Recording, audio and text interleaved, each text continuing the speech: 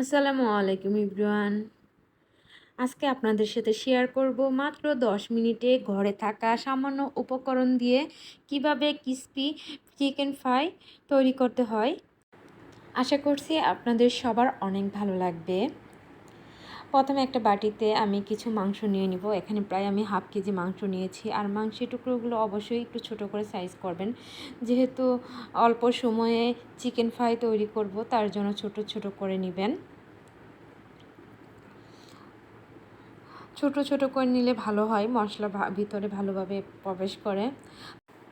প্রথমে দিয়ে দিচ্ছি 1 চামচ আদা বাটা, তারপর 1 চামচ রসুন বাটা, 1 চামচ জিরা বাটা। আপনারা এখানে ভাজা জিরা গুঁড়ো ব্যবহার করতে পারবেন।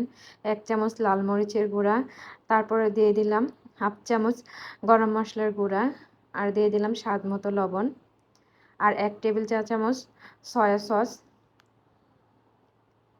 আর দিয়ে দিব লেবু 1 চা চামচের মতন রস। কারণ যেহেতু আমি এখানে ডিম ব্যবহার করব, ডিমের যাতে এক্সট্রা গন্ধ না করে, তার জন্য আমরা লেবুর রসটা ব্যবহার করব। এখন এগুলো আমি ভালোভাবে মিশিয়ে নিব যাতে মাংসের ভিতরে মশলাটা ঢুকে। একটু সময় নিয়ে মাখাবেন, ভালোভাবে মাখাবেন। কোনো কিছুই তাড়াহুড়া করবেন না, তাহলে চিকেন ফ্রাইগুলো অনেক সুন্দর হবে।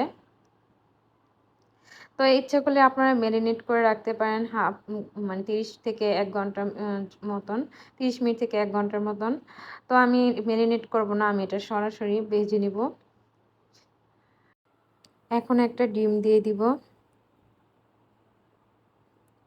এরপরে 4 চামচ ময়দা দিব। এখন একবারে সম্পূর্ণ দিবেন না, আস্তে আস্তে দিব। যদি এর বেশিও লাগতে পারে, কমও লাগতে পারে। তো আস্তে আস্তে আমি এগুলো মাখিয়ে নিব ভালোভাবে।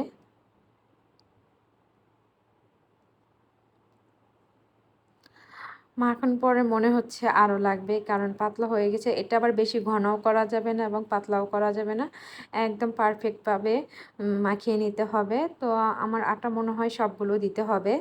এই তো আমি সবগুলো আটা ইউজ করে নিলাম। আর সবসময় একটু অল্প অল্প করে দিবেন, একবারে দিবেন না, পরিমাপ মতন দিবেন। তো একবারে দিলে মাখানো ডোটা ভালো হয় না, তো মাংসের ভিতরে ভালোভাবে লাগবে না। বেশি হলে সেটা খেতে বেশি ভালো লাগবে না, আবার কম হলেও ভালো লাগবে না। তো এই তো আমার মাখানো শেষ। এখন আমরা চলে যাব চুলায়। চুলায় একটা প্যানে পরিমাণ মতো তেল দিয়েছি। তেলটা গরম হলে মাঝারি আঁচে দিয়েছি।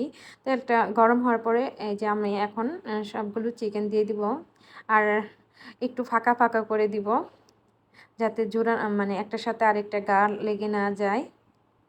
তো মাঝারি আঁচে আমি ভেজে নিব। এক পাশ হয়ে গেলে আরেক পাশ উল্টিয়ে নিব। এই দেখেন আমি এখন মাংসগুলো এক পাশ হয়ে গেছে, আমি আরেক পাশ এখন উল্টিয়ে নিব।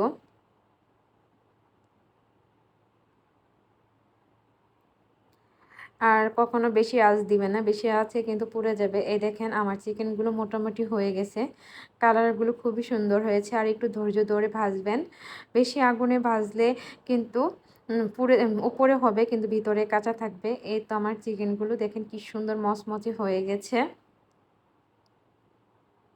দেখতে অনেক লোভনীয় লাগতেছে, খেতে অনেক মজা হয়েছিল।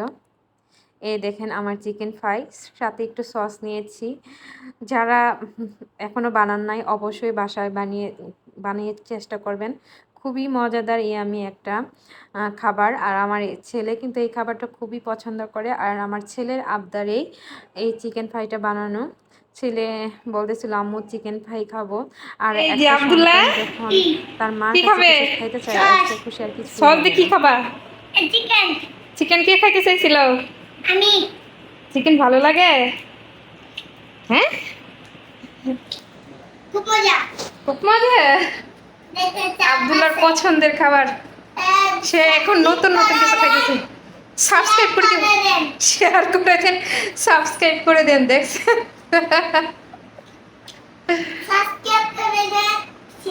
হ্যাঁ তুমি এখন খাও, তুমি খাইতে চাইছো, তুমি একটু খাও। হ্যাঁ একটু খাও, একটু কামড় দাও, খাও বাবা, তুমি খেলে একটু।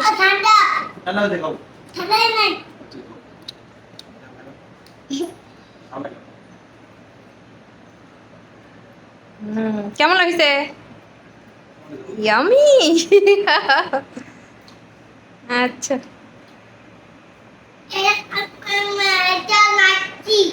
কি লাচ্ছি না চিকেন ফ্রাই